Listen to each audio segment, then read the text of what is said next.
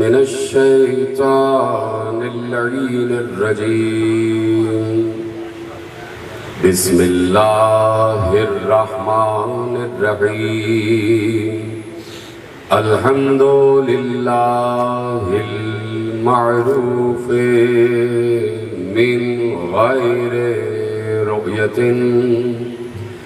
والخالق من غير ربية الذي لم يزل قائما دائما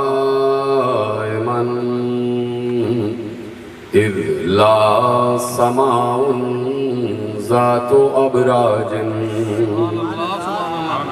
ولا ليل داج ولا بحر ساج ولا أرض ذات مهاد ولا خلق ذو اعتماد والصلاة والسلام والتحية والإكرام على نبي الرحمة وخازن المغفرة وقائد الخير والبركة ومنقذ العباد من الهلكة سيدنا ومولانا أبي القاسم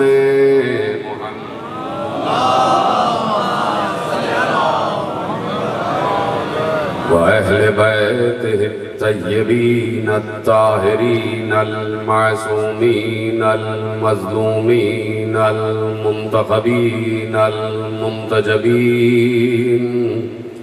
الذين أذهب الله عنهم الرجس وطهرهم تطهيرا.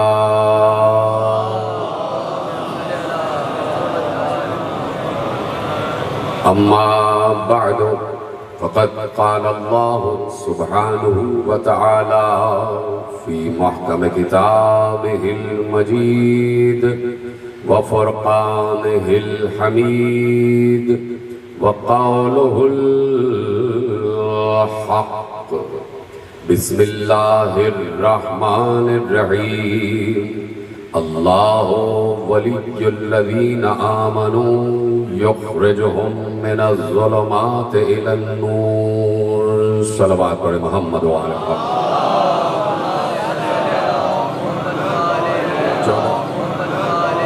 شہر ماہ محرم الحرام کی مرکزی امام بارگاہ دھوبی گھاٹ فیصل آباد میں ہم اور آپ آج دوسری مجلس میں شریک ہیں اور معارف ولایت اللہ پر آج دوسری منزل سے ہم گزر رہے ہیں، اور یہ بات ہم یقیناً کہنے میں حق بجانب ہیں کہ اللہ نے ہمیں کسی کی ولایت کے ذریعے اپنی ولایت سے قریب کیا ہوا ہے، اور وہ ولایت کہ جسے اللہ اپنی ولایت کہتا ہے، وہ ولایت یقیناً ایسی ہے کہ ہر جگہ اللہ کا اثر موجود ہے، ہر جگہ اللہ کا وجود موجود ہے، ہر جگہ اللہ کی اثر پذیری موجود ہے، ہر جگہ ہمارا اللہ سمیع بھی ہے، بصیر بھی ہے، ہمارا اللہ سن بھی رہا ہے، دیکھ بھی رہا ہے، ہمارا اللہ ہر کسی کے ہر عمل کو محفوظ بھی کر رہا ہے، ہمارا اللہ مجموعی طور پر پوری کائنات کو دیکھ رہا ہے اور انفرادی طور پر ہر مخلوق کو دیکھ رہا ہے. یہ ہے اللہ، اور اس اللہ کے تمام صفات کو جب جمع کیا جائے تو وہ اپنی ذات میں رحمان بھی ہے، وہ اپنی ذات میں رحیم بھی ہے، وہ اپنی ذات میں کریم بھی ہے، وہ اپنی ذات میں قدوس بھی ہے، وہ اپنی ذات میں سلام بھی ہے، وہ اپنی ذات میں قہار بھی ہے، وہ اپنی ذات میں جبار بھی ہے، وہ اپنی ذات میں غفار بھی ہے، وہ اپنی ذات میں صبور بھی ہے، وہ اپنی ذات میں شکور بھی ہے، وہ اپنی ذات میں غفور بھی ہے، وہ اپنی ذات میں لطیف بھی ہے، وہ اپنی ذات میں خبیر بھی ہے، وہ اپنی ذات میں سمیع بھی ہے، وہ اپنی ذات میں بصیر بھی ہے، وہ اپنی ذات میں مومن بھی ہے، وہ اپنی ذات میں مہیمن بھی ہے، وہ اپنی ذات میں عزیز بھی ہے، وہ اپنی ذات میں متکبر بھی ہے، وہ اپنی ذات میں تواب بھی ہے، وہ اپنی ذات میں ولی بھی ہے، اور اپنی ہی ذات میں وہ علی بھی ہے۔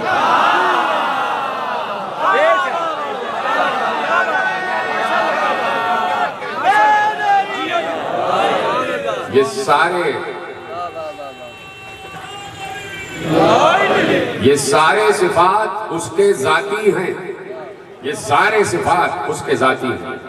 متوجہ ہیں؟ آج گفتگو شروع کی جائے آخری آدمی تک، اور میں ہمیشہ آپ کی سماعتوں پر، آپ کی فراستوں پر، آپ کی ذہانتوں پر، آپ کی ذکاوتوں پر، اور سب سے بڑھ کر آپ کی شرافتوں پر یقین کرتے ہوئے موضوع اختیار کرتا ہوں کہ مجھے معلوم ہے کہ فیصل آباد کا عظیم مجمع، چاہے کوئی آسان موضوع ہو چاہے کوئی مشکل موضوع ہو، اور آپ اس کو سمجھتے بھی ہیں اور مجھے بتاتے بھی ہیں کہ آپ تک جملے پہنچ گئے۔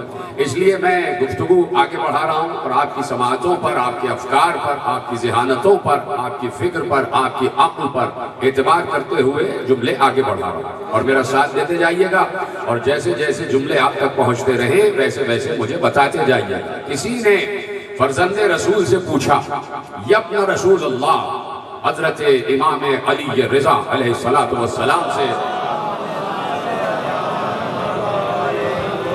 سوال کیا گیا، معارف ولایت اللہ، آپ کو یاد ہے میرا موضوع ہے اور اس پر بات آگے بڑھ رہی ہے۔ سوال ہوا رسول کے 8ویں بیٹے سے، رسول کے 8ویں وارث سے۔ ابھی رسول سے 8واں سلسلہ ہے، بیچ میں 7 سلسلے ہیں، 7 وقفے ہیں، اور اب رسول کا 8واں بیٹا ہے، اور اس وقت سوال ہو رہا ہے رسول کے 8ویں بیٹے سے۔ تو اس کا مطلب ہے کہ رسول کا 8واں بیٹا اس منزل علم پر ہے کہ اگر رسول سے براہ راست سوال کیا جاتا تو جو جواب رسول دیتے وہی جواب علی رضا نے دیا۔ سلامت رہے، میرا ساتھ دیتے جائیے، وہی جواب رسول کے 8ویں وارث نے دیا۔ اور پھر میں بار بار ایک جملہ کہتا ہوں جب معارف توحید کی بات کرتا ہوں، جب توحید کے عظیم مراحل پر، توحید کے دقائق پر گفتگو کرتا ہوں، تو میں ایک جملہ کہتا ہوں، اور وہ جملہ آپ کی اذان عالیہ میں محفوظ ہوگا کہ توحید کے مشکل ترین مراحل اور مسائل پر اگر کسی نے سوال کیا ہے تو سوائے آل محمد کے کسی اور نے جواب بھی نہیں دیا۔ سائل ہمیشہ اسی دروازے پر آیا جس دروازے کو باب العلم کہا جاتا ہے، اور اس نے توحید کے دقائق پر صرف آل محمد سے سوال کیا ہے۔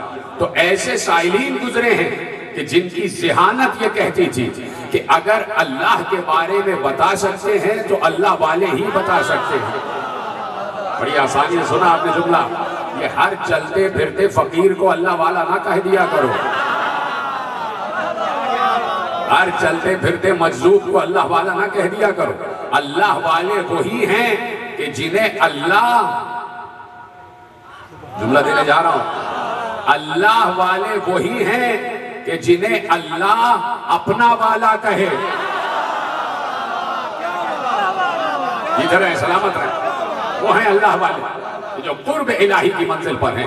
تو اب 7ویں بیٹے سے سوال کیا گیا، اور دیکھیے ایک عجیب سوال ہے، عجیب سوال، اور میں اکثر ایک جملہ کہتا ہوں کہ الہاد بڑھتا جا رہا ہے، ملحدین بڑھتے جا رہے ہیں، ایتھزم کہیں نہ کہیں آپ کو نظر آتا ہے، ایتھسٹ آپ کو کہیں نہ کہیں نظر آ جاتے ہیں، اور یقیناً یہ ایتھزم پاکستان میں بھی داخل ہو گیا ہے، اور ہندوستان میں تو موجود ہی ہے، اور دنیا کے مختلف خطوں میں بھی موجود ہے۔ تو وہ ایگزسٹنس آف گاڈ پر بات کرتے ہیں، وہ کہتے ہیں کہ گاڈ ایگزسٹ کرتا ہے یا نہیں، خدا ایگزسٹ کرتا ہے یا نہیں۔ وہ کہتے ہیں آپ جس خدا کو مانتے ہیں اور آپ کا والا جو خدا ہے وہ کسی بھی ٹائم اینڈ اسپیس میں نہیں رہتا، اور ہماری سائنس یہ کہتی ہے کہ کوئی بھی وجود ہو وہ بغیر ٹائم اینڈ اسپیس کے زندہ رہ ہی نہیں سکتا۔ تو ہم کہتے ہیں کہ اگر ہمارا اللہ کہ جس اللہ کا تعارف محمد و علی نے کرایا ہے اگر اسے بھی ٹائم اینڈ اسپیس کی محتاجی ہو تو پھر وہ سمد کیسے ہے؟ اگر وہ زمان و مکان کا محتاج ہو تو پھر اسے سمد کیسے کہیں گے؟ سمد کا مطلب ہی یہ ہے کہ جو کسی کا محتاج نہ ہو، جو ٹائم اینڈ اسپیس کا خالق ہو، اسے زمان و مکان کی ضرورت نہیں ہے، اسے زمان و مکان کی ضرورت نہیں ہے۔ آگے آنے والی تقریروں میں ایسٹرولوجی پر بھی بات کروں گا، علم فلکیات پر بھی بات کروں گا، لیکن آج کی حد تک ایگزسٹنس پر بات ہو رہی ہے۔ تو کہا کہ فرزند رسول یہ بتائیے کیا اللہ شے ہے؟ خاموش نہیں رہنا ہے، خاموش نہیں رہنا ہے، مجھ سے باتیں کرتے رہیں آپ آخری آدمی تک مجھے بتاتے رہیں، اور جہاں تک میری آواز نہیں آتی وہ ہاتھ بلند کر کے بتائیں کہ ان تک جملے پہنچ رہے ہیں۔ کیسا عجیب سوال ہے۔ آؤ عالم اسلام کو دعوت دے رہا ہوں، آؤ فیصل آباد کے اس عظیم مجمع میں بیٹھو اور ایک ادنا سے ذاکر سے سنو کہ وہ اللہ جسے علی سجدہ کرتا ہے، اس اللہ کے بارے میں جسے محمد و علی سجدہ کرتے ہیں، آؤ ہم بتاتے ہیں کہ جو ہم نے آل محمد سے سیکھا ہے کہ الوہیت کیا ہے، توحید کیا ہے۔ تو اب سوال ہوا فرزند رسول کہ اپنا رسول اللہ یہ بتائیے کیا اللہ شے ہے؟ شے سمجھتے ہیں نا، شے، کیا اللہ شے ہے؟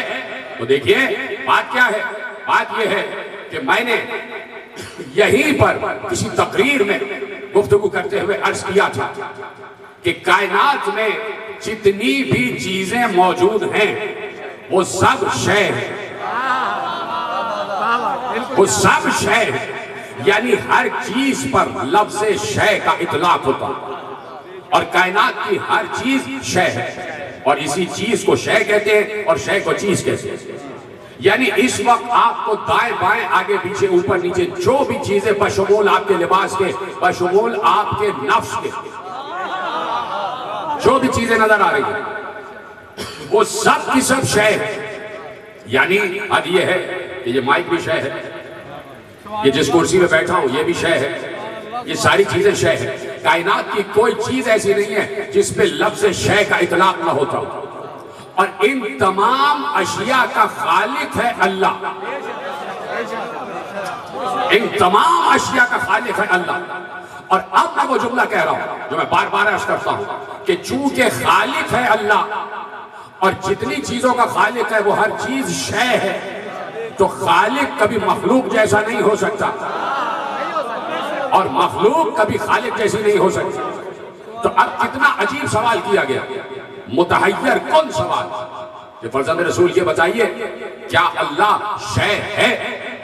یعنی آپ دیکھیے کہ میں بھی شے ہوں، آپ بھی شے ہیں، اور وہ پوچھ رہا ہے کیا اللہ بھی شے ہے؟ کیا اللہ بھی شے ہے؟ تو سوائے فرزند رسول کے کوئی جواب نہیں دے سکتا تھا، سوائے رسول کے وارثان علم کے کوئی جواب نہیں دے سکتا تھا، سوائے رسول کے شاگردوں کے سلامت رہے کوئی جواب نہیں دے سکتا تھا، نہیں ہمت نہیں کر سکتا تھا جواب دینے کی۔ آج کا جملہ پہنچ جاتا، ہمت چاہیے الوہیت پر بات کرنے کے لیے، علم کے ساتھ ساتھ جرأت و حوصلہ چاہیے، ہمت چاہیے، علم بھی چاہیے اور جرأت و حوصلہ بھی چاہیے۔ ایک بات فرزند رسول نے کہا، ہاں وہ شے ہے۔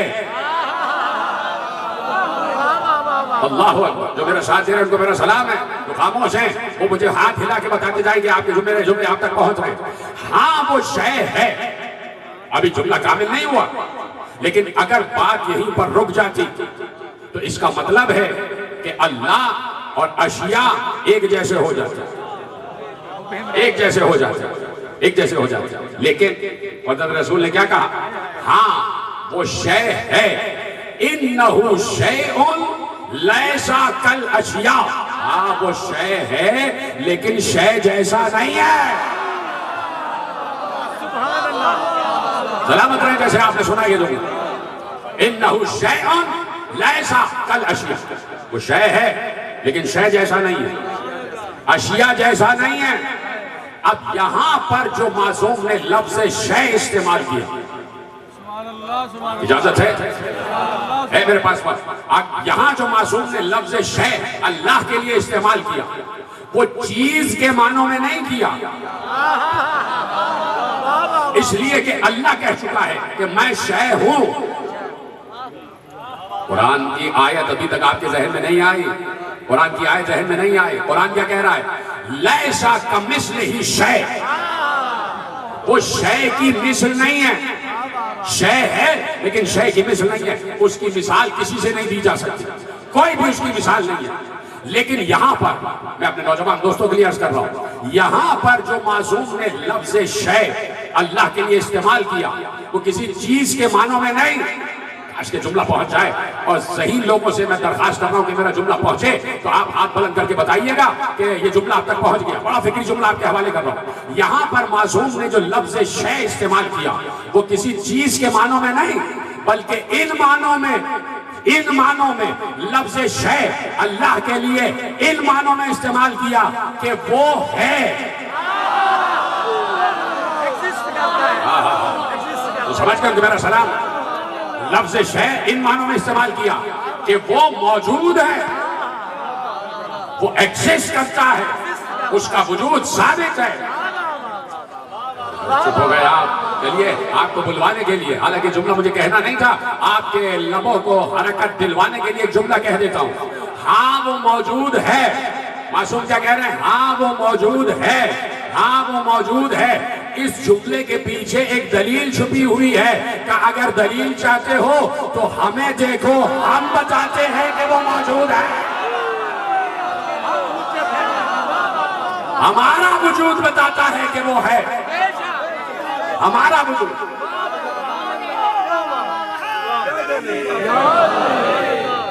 توجہ ہے کہا کہ ہاں وہ شے ہے، شے ہے۔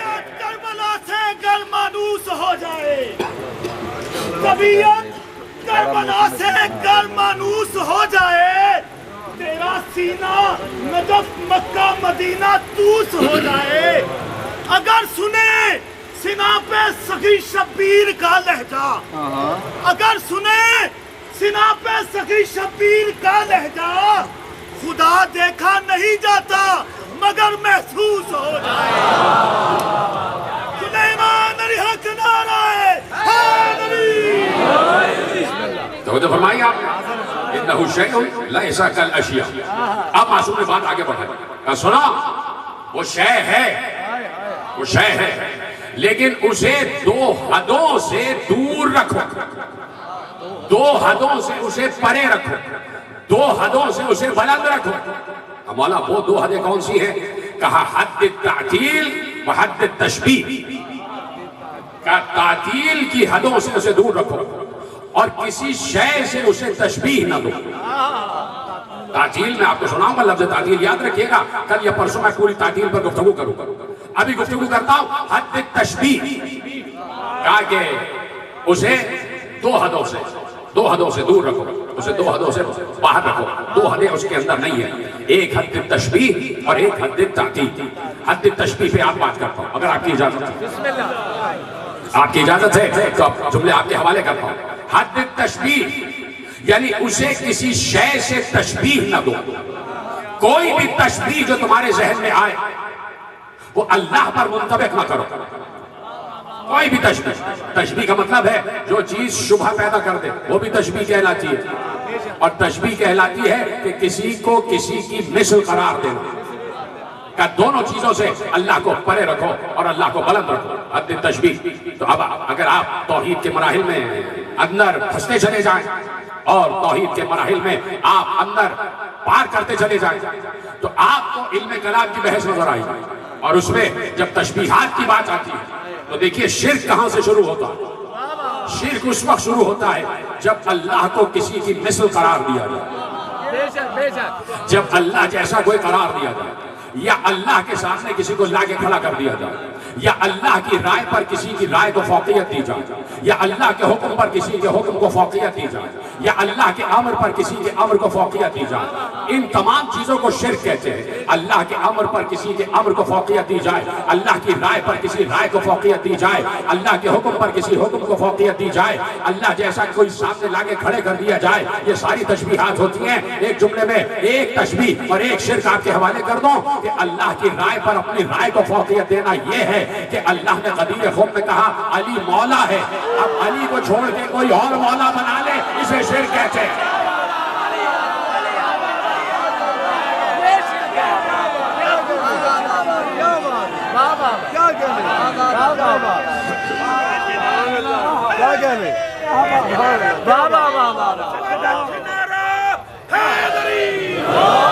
جتنا سلامت رہے اور تیزی سے مجھے باتیں آگے بڑھانا، تو یہ ہے شرک۔ شرک ہمیشہ وہاں ڈیولپ ہوتا ہے کہ جہاں تشبیہ دی جائے یا شبہ پیدا ہو جائے یا اللہ کی رائے پر اپنی رائے کو فوقیت دی جائے، اس کو کہتے ہیں شرک کرنا۔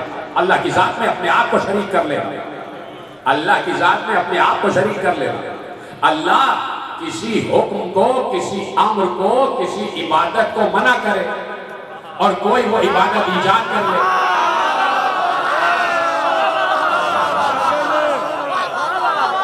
جو نہیں سمجھے وہ آگے جو بیٹھے دوست مجھے سمجھ لیں، بات کہنے جا رہا ہوں۔ اس کو کہتے ہیں شرک، اس کو کہتے ہیں شرک۔ اللہ کچھ احکامات نافذ کرے، چاہے وہ نکاح کے ہو چاہے طلاق کے، جدھر ہے سلامت رہے۔ آپ نے اشاروں میں بات سمجھی؟ تو اب شرک وہاں پیدا ہوتا ہے جہاں تشبیہات دی جائیں یا جہاں شبہ پیدا ہو جائے یا جہاں مثال دی جائے، یہاں امر کو فوقیت دی جائے، وہاں شرک پیدا ہوتا ہے۔ اور جہاں تشبیہات آ جائیں تو تشبیہات کی کئی قسمیں ہیں، اور ہر قسم پر بات کروں گا تو پورے کے پورے اشرے درکار ہیں۔ میں صرف جملے آپ کے حوالے کروں گا اور ڈیفینیشن آپ کو بیان کرتا ہوں، آگے بڑھ جاؤں گا۔ کئی تشبیہات ہیں جن سے اللہ کو دور رکھو، کہہ دیا معصوم نے، حد تشبیہ سے اس کو دور رکھو۔ یہ تشبیہات کیا ہیں؟ تشبیہات کئی ہیں۔ ایک تشبیہ جسمانی ہے، صوری، یعنی ایک جسم والی تشبیہ ہے یا ایک صورت والی تشبیہ ہے کہ اللہ کے جسم قرار دیا جائے کہ اللہ جسم رکھتا ہے یا اللہ کوئی شکل رکھتا ہے۔ چلیے میں آگے بڑھتا ہوں۔ ایک ہے تشبیہ جسمانی یا تشبیہ صورتی، تشبیہ جسمانی۔ ایک ہے تشبیہ صفاتی، اللہ کے صفات میں کسی کو شریک کیا جائے یا اللہ کی صفت کو الگ مانا جائے اور اللہ کی ذات کو الگ مانا جائے، تو یہ تشبیہ صفاتی ہو گئے۔ ایک ہے تشبیہ افعالی، ایک ہے تشبیہ مبالغہ، ایک ہے تشبیہ معنوی، ایک ہے تشبیہ عددی، ایک ہے تشبیہ زمانی، ایک ہے تشبیہ مکانی، ایک ہے تشبیہ نفی، ایک ہے تشبیہ کیفیت۔ آواز بڑھو، توجہ فرما رہے ہیں آپ؟ اتنی تشبیہات ہیں، تشبیہ جسمانی، تشبیہ صفاتی، تشبیہ افعالی، تشبیہ مبالغہ، تشبیہ معنوی، تشبیہ عددی، تشبیہ زمانی، تشبیہ مکانی، تشبیہ نفی، تشبیہ کیفیت۔ یہ ساری تشبیہات ہیں، ان تمام تشبیہات سے اللہ کو دور رکھو۔ پہلی تشبیہ، تشبیہ جسمانی۔ اللہ وجود تو رکھتا ہے مگر ہماری طرح جسم نہیں رکھتا۔ ادھر سلامت رہیں، میرے آگے والے دوست میرا ساتھ دے رہے ہیں، پیچھے والوں کا ہاتھ بلند ہوگا تو مجھے پتہ چلے گا کہ آپ کی سلامت رہیں آپ، ٹھیک ہے؟ تشبیہ جسمانی، اللہ ایکزسٹ تو کرتا ہے لیکن جسم نہیں رکھتا۔ اگر ہم نے کہہ دیا کہ اللہ کا جسم ہے تو جسم کی بھی کئی قسمیں ہیں۔ میرے ساتھ یہ پیچھے والے ملک میرے ساتھ ہے، سلامت رہیں۔ اگر ہم نے کہا اللہ جسم رکھتا ہے تو اجسام کی بھی کئی قسمیں ہیں، اجسام کی بھی کئی قسمیں ہیں۔ ایک جسم ہوتا ہے جسم آبی، ایک جسم ہے جسم خاکی، ایک جسم ہے جسم ترابی، ایک جسم ہے جسم روحانی، ایک جسم ہے جسم کیفیتی، ایک جسم ہے جسم وہمی، ایک جسم ہے جسم خیالی، ایک جسم ہے جسم نوری، ایک جسم ہے جسم ناری۔ کتنے اجسام ہیں؟ ایک نور والا جسم ہے، ایک نار والا جسم ہے جو آگ سے بنا ہے، ایک خاک والا جسم ہے، ایک جسم وہ ہے کہ جو آپ وہم میں بناتے ہیں، خیال میں بناتے ہیں، تصور میں بناتے ہیں۔ دیکھا نہیں ہے محبوب کو، سنا ہے، ذہن میں ایک تصویر بنا لی، ذہن میں ایک تصویر بنا لی. کوئی ملک دیکھا نہیں ہے لیکن اس ملک کی خوبصورتی کی تعریف کرتی کسی نے, آپ نے ذہن میں تصویر بنا لی. اس کو جسم وہمی, جسم خیالی, جسم تصوراتی کہتے ہیں. توجہ فرمانے, اجسام کی بھی کیفیت ہے, اجسام کی بھی تشبیہات ہے, اجسام کی بھی اقسام ہے. تو اللہ جسم نہیں رکھتا. اگر ہم نے کہہ دیا اللہ جسم رکھتا ہے تو پوچھا جائے گا کون سا جسم؟ خاکی, آبی, وہمی, خیالی, نوری, ناری. اور اگر کہہ دیا کہ وہ جسم رکھتا ہے تو اس کا مطلب ہے کہ وہ مادہ رکھتا ہے. اور جسم کا مطلب یہ ہے کہ اگر جسم فیصل آباد دھوبی گھاٹ میں موجود ہے تو غلام محمد آباد میں موجود نہیں ہے. یعنی جسم اگر ایک جگہ ہے تو دوسری جگہ نہیں ہے. جسم زمان و مکان کا محتاج ہوتا ہے, اور پھر جسم تغیر اور تبدل کا محتاج ہوتا ہے. جسم میں نشو و نما ہوتی ہے, جسم میں نشو و نما ہوتی ہے. اگر اللہ کا جسم کہہ دیا تو اللہ کا جسم کون سا والا جسم ہے؟ 1 دن کے بچے والا یا 40 دن کے بوڑھے والا؟ 1 دن کے بچے والا یا 80 برس کے بوڑھے والا؟ اس لیے کہ جسم میں نشو و نما ہوتی ہے. پہلے بچہ ہوتا ہے, پھر بچپن آتا ہے, لڑکپن آتا ہے, نوخیزی آتی ہے, نوجوانی آتی ہے, جوانی آتی ہے, پھر بڑھاپا شروع ہو جاتا ہے, ضعیفی شروع ہو جاتی ہے. اگر کہہ دیا کہ اللہ کا جسم ہے تو پھر نشو و نما ماننے پڑے گا. توجہ فرما رہے ہیں؟ تو جسم, اللہ ہماری طرح کا جسم نہیں رکھتا, ہماری طرح کا جسم نہیں رکھتا. اس کی ہماری طرح کی آنکھیں نہیں ہیں, اس کے ہماری طرح کے ہاتھ نہیں ہیں, اس کی ہماری طرح کی زبان نہیں ہے, اس کی ہماری طرح کے کان نہیں ہیں, اس کا ہماری طرح کا پہلو نہیں ہے, اس کا ہماری طرح کا جسم نہیں ہے. وجود ہے لیکن ہماری طرح نہیں ہے. لیکن میں کیا کروں کہ بعض اوقات قرآن تنہا مسائل حل کرنے کے لیے کافی نہیں ہے. ایسا ہی ہے, ایسا ہی ہے. اب دلیل دے رہا ہوں, دعویٰ میں نے کر دیا. قرآن نے کہا فَاغْسِلُوا وُجُوهَكُمْ وَأَيْدِيَكُمْ. جب وضو کی بات آئی تو قرآن نے کہا فَاغْسِلُوا وُجُوهَكُمْ وَأَيْدِيَكُمْ. اپنا چہرے بھی دھو اور اپنے ہاتھ بھی دھو. ایدیکم یعنی اپنے ہاتھ دھو. ید سے مراد ہاتھ, ید سے مراد ہاتھ. اللہ نے کہہ دیا قرآن میں اپنے ہاتھوں کو دھو. یہ ہمارے ہاتھ, انہیں وضو میں دھویا جاتا ہے, اور یہ چہرہ جنہیں وضو میں دھویا جاتا ہے. اور ایک بار اللہ کہتا ہے تبارک الذی بیدہ الملک, برکت ہے وہ اللہ جس کے ہاتھ میں ملک ہے. آؤ اب قرآن سے مسئلہ حل کرو. اللہ کہہ رہا ہے ید سے مراد ہاتھ ہے, اور پھر اپنے لیے کہہ رہا ہے. کیا کہہ رہا ہے؟ شیطان سے مخاطب ہو کے کیا کہا کہ تجھے کس چیز نے منع کیا؟ لما خلقت بیدی, جس آدم کو میں نے اپنے ہاتھوں سے خلق کیا ہے. تجھے کس چیز نے منع کیا؟ اس آدم کو سجدہ کرنے سے. اب مجھے بتاؤ کیا کرے. نبی کہہ رہے ہیں کہ وہ جسم نہیں رکھتا, وہ ہماری طرح کا جسم نہیں رکھتا. سلامت رہے, سلامت رہے, یہ تمام حضرات سلامت رہے جو میری بات سمجھ رہے ہیں. نبی کہہ رہا ہے وہ ہماری طرح کا جسم نہیں رکھتا, اور قرآن کہہ رہا ہے, اللہ کہہ رہا ہے کہ میں نے اپنے ہاتھوں سے آدم بنایا. کیا کرے؟ جو سمجھ گئے وہ کم از کم میرا ساتھ تو دیں. نبی کہہ رہے ہیں وہ ہماری طرح کے اعضاء نہیں رکھتا, اور قرآن کہہ رہا ہے کہ اللہ نے اپنے ہاتھوں سے آدم بنایا. تو کسی نے آیت لی کہ اللہ نے اپنے ہاتھوں سے آدم بنایا, اور کسی نے آیت لی اور بخاری صاحب نے کہا کہ اللہ ہاتھ بھی رکھتا, اللہ آنکھیں بھی رکھتا, اللہ جسم بھی رکھتا. انہوں نے کہا اس لیے کہ چہرے کا ذکر قرآن میں ہے, اس لیے کہ اللہ کے ہاتھوں کا ذکر قرآن میں ہے. تو اللہ ہاتھ بھی رکھتا ہے, اللہ چہرہ بھی رکھتا ہے. تو اب پلٹ جائیے وہی, اگر اللہ ہماری طرح کا جسم رکھتا ہے تو اسے کسی ایک جگہ ماننا پڑے گا, اور جو کسی ایک جگہ ہوتا ہے وہ دوسری جگہ نہیں ہوتا. اور اللہ کہہ رہا ہے, کیا کہہ رہا ہے آئے سناؤ اللہ کیا کہہ رہا ہے؟ وَلِلَّهِ الْمَشْرِقُ وَالْمَغْرِبُ فَأَيْنَمَا تُوَلُّوا فَثَمَّ وَجْهُ اللَّهِ. ہر جگہ اللہ کو پاؤ گے، ہر جگہ اللہ کو پاؤ گے. ایک یہودی آ گیا، اور یہودی جب آیا علی کی خدمت میں آیا اور میرے مولا سے کہا، سوال کیا اس نے سلونی کے بعد، کہا یہ بتائیے آپ کا اللہ کہاں ہے؟ آپ کا اللہ کہاں ہے؟ کہا کہ میں تمہیں بتا تو دوں لیکن میں تمہیں سمجھاتا ہوں، دلیل دیتا ہوں. کہا کیسے؟ کہا باہر آؤ. مسجد سے باہر آئے، کہا کمبل لکڑیاں لاؤ. لکڑیاں کہا ہر سمت میں،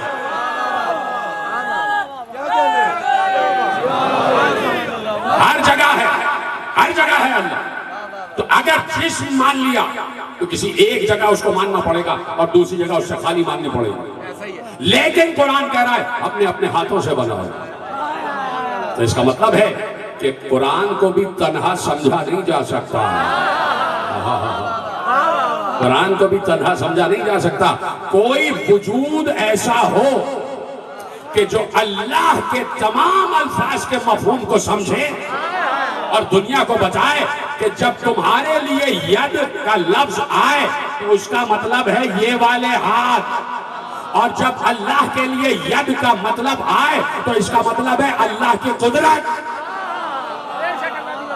اللہ کا اختیار، اللہ کی قدرت.